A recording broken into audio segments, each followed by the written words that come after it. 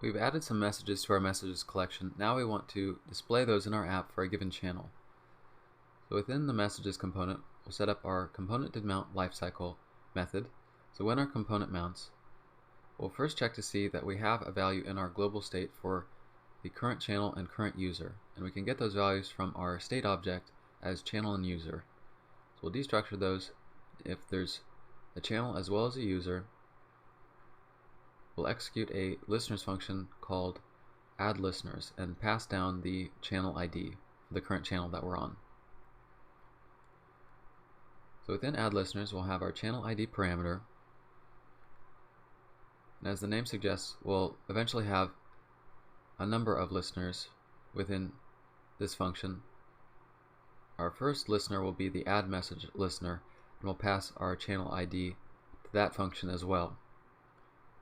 Within add message listener, we're going to listen for any new messages added for a given channel, first by creating an array called loaded messages, which will be empty. Then we'll take our messages ref and select the child according to its channel ID and listen for a new child to be added, and then we'll get the snap and add the snap value to our loaded messages array via the push method, and for now we'll log our loaded messages array within the console. So if we take a look at our console, on the first channel you can see we have our two messages for that given channel ID. And once again, we want to put these messages within state using setState. So first we'll set messages, the messages property, to loaded messages, and we'll also have a property called messages loading set to false. So we'll keep track of when our messages are loaded as well.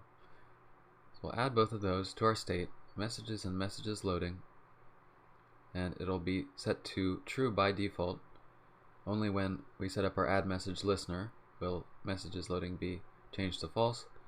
Then we'll destructure messages within render and now iterate over it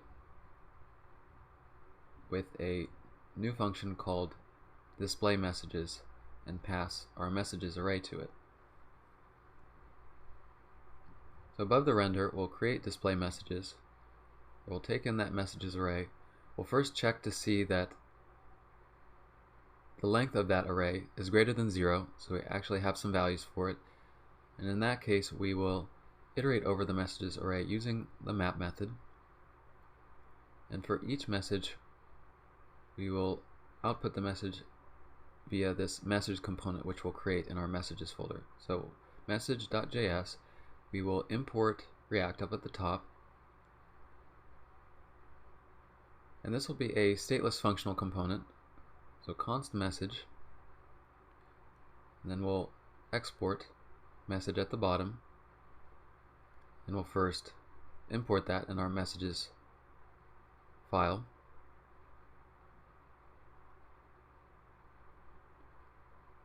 And we're going to pass down a number of props to our newly created message component. So the first thing that we need to add is our key, since we're iterating over this. Give it unique identifier of message.timestamp. We'll pass down the entire message object that we're getting as this message prop. And we'll also pass down the user, the current user, from our state object with this.state.user. And then within message, we'll build out our message component. We'll grab the comment component from semantic UI, and this will be the parent component in our message. Then we'll destructure the message and user props from the props object. The first thing within this comment that we'll include is the avatar of the user that created the message. So we'll give it a source, this comment.avatar component, a source of message.user.avatar. And underneath the avatar we'll have the content of the message, the text of the message. So we'll put that within comment.content, but first we want to give it a class name that's conditionally determined based on a function called isOwnMessage, which will take the message and user props. So we'll create this isOwnMessage outside of our message component, and isOwnMessage will determine whether the ID of the user that's currently authenticated is the same as the ID of the user that created the message, and give our message component a special class in that case, just to see visually that we wrote the comment, or the person that's currently authenticated wrote the comment.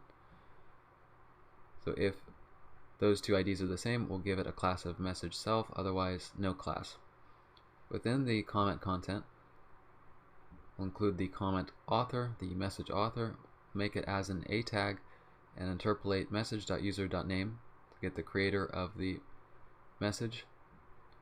And we'll include some comment metadata, namely we want to show the date or the time that it was created. Once again, we'll create another function which we'll call timeFromNow. It'll take the message timestamp when the message was created and convert it into a time from the current moment. So we're going to use the date and time formatting library moment in order to format this timestamp, in order to give us a period of time has passed since the comment was created. So we'll pass in timestamp to the moment function, and then we'll call the FromNow method on it.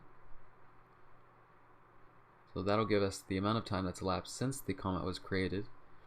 And then underneath the time, I'm going to include the text of the message content, the text itself. So now we need to create this message self class within our app.css file, create a separate section for our message component. And message self consists of a border left of 2 pixels solid orange and a padding left of 8 pixels. So it'll just be a vertical line next to every comment that's our message. So as you can see, our 2 messages for our first channel, for our food channel, are now appearing in our messages section.